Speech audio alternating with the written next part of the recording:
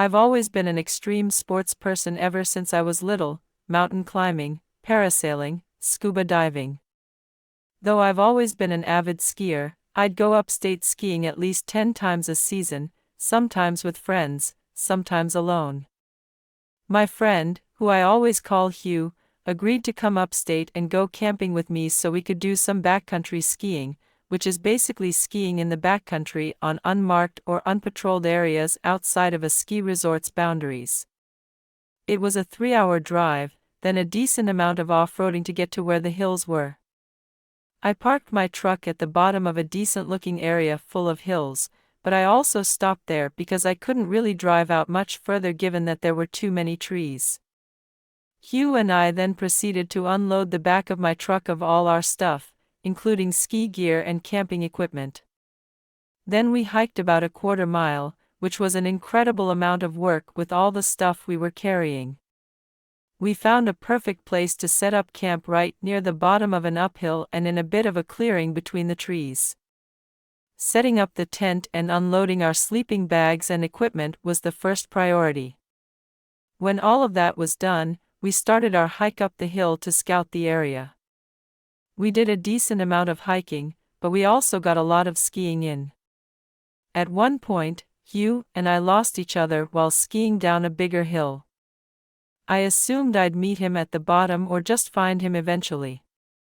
I checked the walkie-talkie just to see if he'd answered it, but he didn't, which meant he was probably still going downhill. At some point while I was walking with my skis at the bottom of the hill, I ran into someone, another skier. He sounded very friendly under a ski mask, asking where the best hills are and if we were camping and such. He had his skis strapped to his orange backpack. I pointed to the hill I just skied down and also pointed in the direction we set up camp. He said he and his wife were trying to find a good place to set up camp near other people and asked if I could lead him to my campsite. As much as I really didn't want to trek all the way back there, I felt I had to be a good Samaritan and help this man and his wife. I pulled out my walkie again and said into the speaker to Hugh that I was going back to the campsite. For a bit, I started to lead the man who was behind me when suddenly I started getting some static from another end on the walkie. It seemed someone, probably Hugh, was trying to talk to me, but the connection was bad. I could do nothing about that except come back to this hill afterwards. It took a decent amount of hiking and small talk with the man before we reached the campsite. I turned around to him and smiled under my ski mask, which I realized instantly was pointless. He sounded very thankful for him and his wife, and I finally asked him, "Where is your wife?" He didn't answer. He started to walk closer to me. At first, I thought nothing of it, but for some reason, something about his skis and backpack just struck me. They belonged to Hugh. For a split second, I thought, is this Hugh?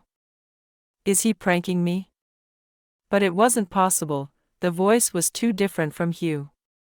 The man was a few mere feet away from me at this point, and he was picking up the pace to a more intimidating approach. I panicked and jumped into the tent to dig for my flare gun in my bag. The man grabbed my leg, which was sticking out from the tent, and then I felt a sharp, intense tingle in my leg, like a severe electric shock followed by a burning heat feeling. I screamed in pain as I just managed to pull out the flare gun, push aside the door to the vent, and aimed it at the man. He immediately backed up with his hands in the air, and that's when I noticed the knife dug deep into my leg. I ordered the man to tell me where my friend was. He answered quickly, saying near the bottom of the hill he found me at. I told the man to stand still while I called 911 to request an immediate rescue, but the man took off quite easily while I was on the phone. There wasn't much I could do with one single flare gunshot. I felt like I was waiting there in the cold with my bleeding leg forever until finally the reassuring sound of a rescue helicopter swooped overhead, and I shot my flare gun.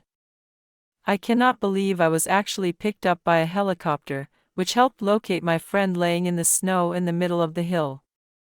He was unconscious, and he had also been stabbed twice in the leg, then robbed. He tried talking to me through the walkie-talkie while he was losing consciousness, but the connection was bad. We both went to the hospital but were fine today.